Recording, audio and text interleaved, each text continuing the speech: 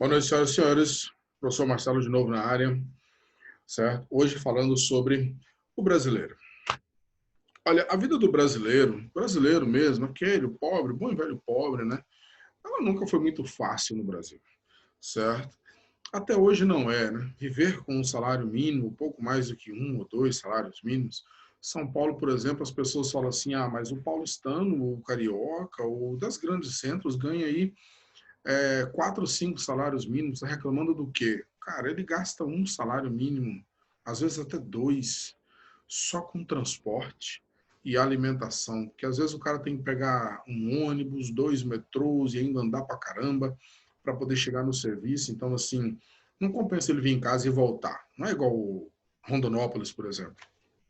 Então, ele come lá.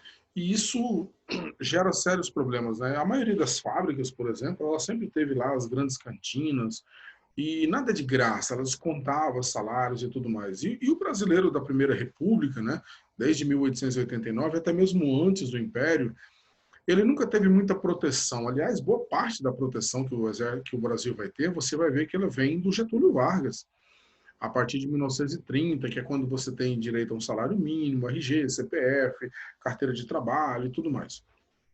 A consolidação das leis trabalhistas, lá em 1943. Então, assim, ser pobre no Brasil sempre foi muito difícil, mas naquele período ser operário também era. Trabalhar nas fábricas de São Paulo, por mais que elas fossem irrisórias, também era, certo? O cara ganhava mal, o cara não tinha proteção. Então, assim, se você pegar, por exemplo, deixa eu pegar aqui, se você pegar, por exemplo, ali a partir de 1908, você tem a formação, até a formação de grupos sindicais, nessa tentativa aí de melhorar a vida, né? Geralmente ela vinha de origens de anarquismos, né? Se você estudou Revolução Industrial na escola, você sabe o que é isso. Ela é uma corrente radical, né? Que da Revolução Industrial, por exemplo, tem uma corrente anarquista denominada de ludismo, que ela quebrava máquinas. Depois surgiu o cartismo, que ele tenta fazer um processo de educação com as cartas do povo. Né? Mas o anarquismo, ele é das correntes socialistas ali do século XIX, que vocês viram, ela é liderada por ideologias de um homem chamado Bakunin, certo? E esse Bakunin, ele era muito de revolta, ele era muito de questionamento.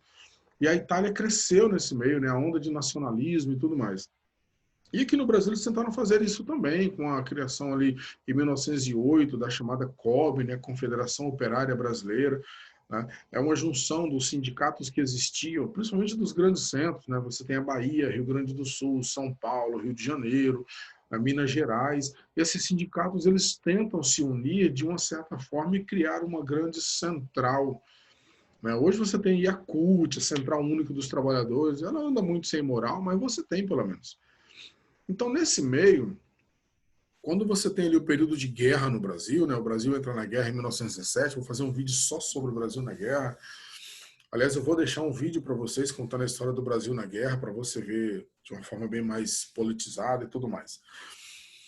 O que acontece, senhores? O salário mínimo do brasileiro, ele era um salário mínimo fraco, você não tinha leis, você não tinha nada, e esses movimentos sindicais, eles começaram a fazer greves exigindo direitos que iam desde salários, exigindo direitos que iam desde uma regulamentação de carga. O problema é que o brasileiro não entende de luta social.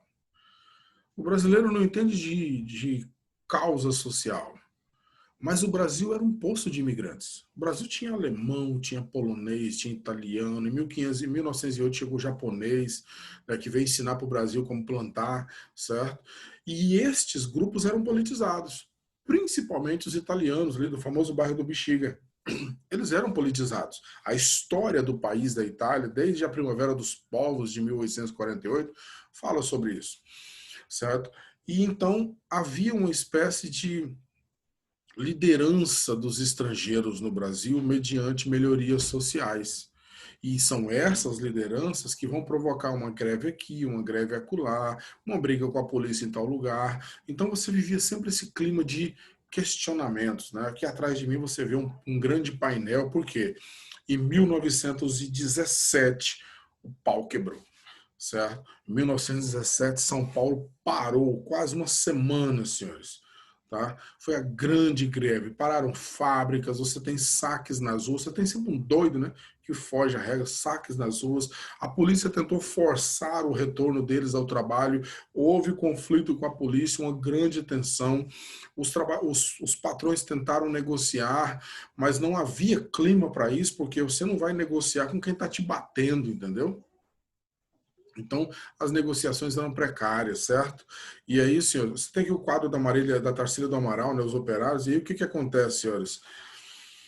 Nesse meio todo, o governo precisou reagir. E ele reage de que forma? Ele reage com ameaça, com repressão. Como? Ameaçando os estrangeiros de expulsão, deportação. Pô, expulsar um cara para a Itália em pleno 1917 para 19, o país acabou de sair de uma guerra, que aliás ele nem lutou, né? A Itália foi extremamente neutra, vocês viram lá na Primeira Guerra Mundial, a Itália foi neutra, mas não foi compensada depois, ela está passando por revoluções, você tem lá dentro uma briga com o Victor Emmanuel III, a formação do Partido Fascista, já em 1918, briga com os camisas vermelhas, denominados de comunistas. Então, assim, não era muito legal ir para a Itália, mas era a ameaça que o governo fazia caso os revoltosos ou os líderes das revoltas não parassem a greve. E aí, meu amigo, os estrangeiros saíram todos da briga, certo? Os estrangeiros que lideravam as revoltas cessaram e a população brasileira, sem uma liderança de peso, sem alguém com grau de intelectualidade ligado aos conflitos trabalhistas, acabou dissolvendo os movimentos, as greves pararam, certo? E o próximo grande revolta que você vai ver no Brasil, contrária a esses problemas, vem dos militares, especificamente dos tenentes, que é o conteúdo do nosso próximo livro, senhores. E essa daqui é a greve de 1917, tá bom?